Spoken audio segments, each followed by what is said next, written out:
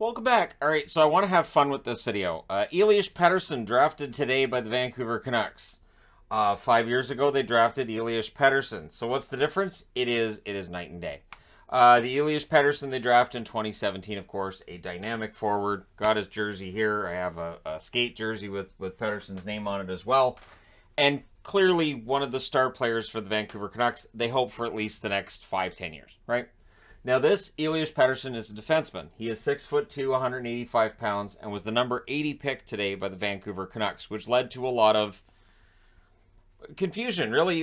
And the question becoming: so is this a stunt? Is this like them picking the guy because it's the same name? No, nope, nope. I will go out to bat for the Canucks on this one. So he was ranked number 57 by Elite Prospects. So he ends up going later than Elite Prospects had him. He was not rated by Hockey Prospect in their top 100. So, again, this year's draft, it's all over the place. He was ranked number 37 amongst European skaters by the NHL Central Scouting Services. And so, again, he's ranked, he's rated, he's there. And the Canucks clearly saw something in his game that they wanted to draft him for. And that thing that's in his game is defense. He is not going to score a lot of points at the NHL level should he get there. And there are questions, of course, when you get to an 80th overall pick and beyond about whether or not they do make the NHL. So it's possible this is just an anomaly, an oddity, and we don't see him at the NHL level. But we've seen both Sebastian Ahos play in the NHL. I mentioned during the live stream, and I've mentioned on Twitter today as well, that the Canucks had two guys named Greg Adams at one point. So it's possible that Elias Pettersson is playing and Elias Pettersson plays as well. Now, the one thing that I saw in the reports on Pettersson, looking up for this video, is with the puck, the offensive side of the game, he is inconsistent. The quality of his accuracy of passes varies wildly from game to game. But the difference is Elite Prospect says that can be fixed. For Hockey Prospect, they say, we're not sure on this one, so they kept him out of the top 100. Now, he plays well, and he keeps it simple, right? So if he's having a good game, he's probably keeping it pretty simple. Boom, boom, pass. Don't take a lot of time to think things over. Don't overthink. And have your head on a swivel. He's pretty good at attacking incoming forwards and cutting down on the area so they don't have a whole bunch of room out there to come in and set up.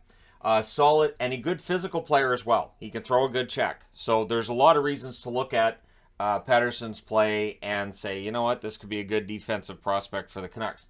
The one thing I always wonder about is I keep hearing about how soft Swedish players are, which, okay, fine, but it feels like that's an outdated idea since we've had some pretty strong hitters that are Swedish players. And in this case, he does definitely throw hits. The physical game is there. So with that physical game, with that defense, he is also a good skater, strong first pass. His skating is seen as possibly being his best asset. So he's 6'2", 185 pounds. He can skate.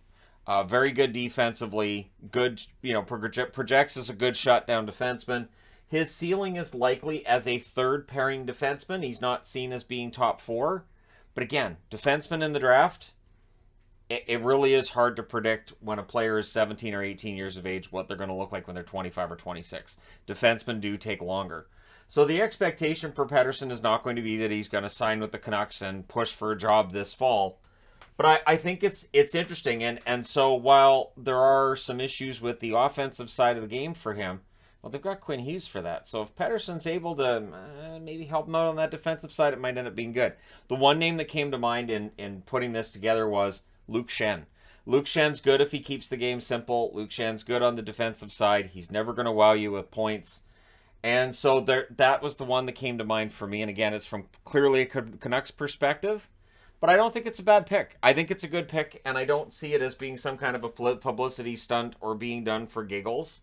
I don't know what Alvin was thinking when he was making the pick, whether it was, well, his name happens to be, or if he thought, gee, I don't know. But, we'll see what happens. Again, the expectation with this Pettersson is lower than with the one that's currently employed by the Canucks and wears number 40.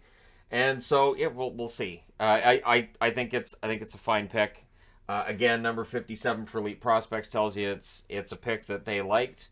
Hockey Prospect wasn't as sold on him because of that inconsistency. It would seem to be that knocked him down. But that can be coached out. So if you have a good defensive coach, and the Canucks do have Bruce Boudreau, who's very good at coaching defense, this may end up being a home run somewhere down the road. If the Canucks, with or without Boudreau, down the road, at the point he's ready, if they continue to be a good defensive club and coach that well, this might be a really good move. So there you go. Let me know your thoughts in the comments section below about the drafting of defenseman Elias Pettersson by the Vancouver Canucks. Don't forget to hit like and subscribe if you're browsing your way through, you just happened upon this video. Thank you guys so much for watching, for all your support. I will talk to you again soon.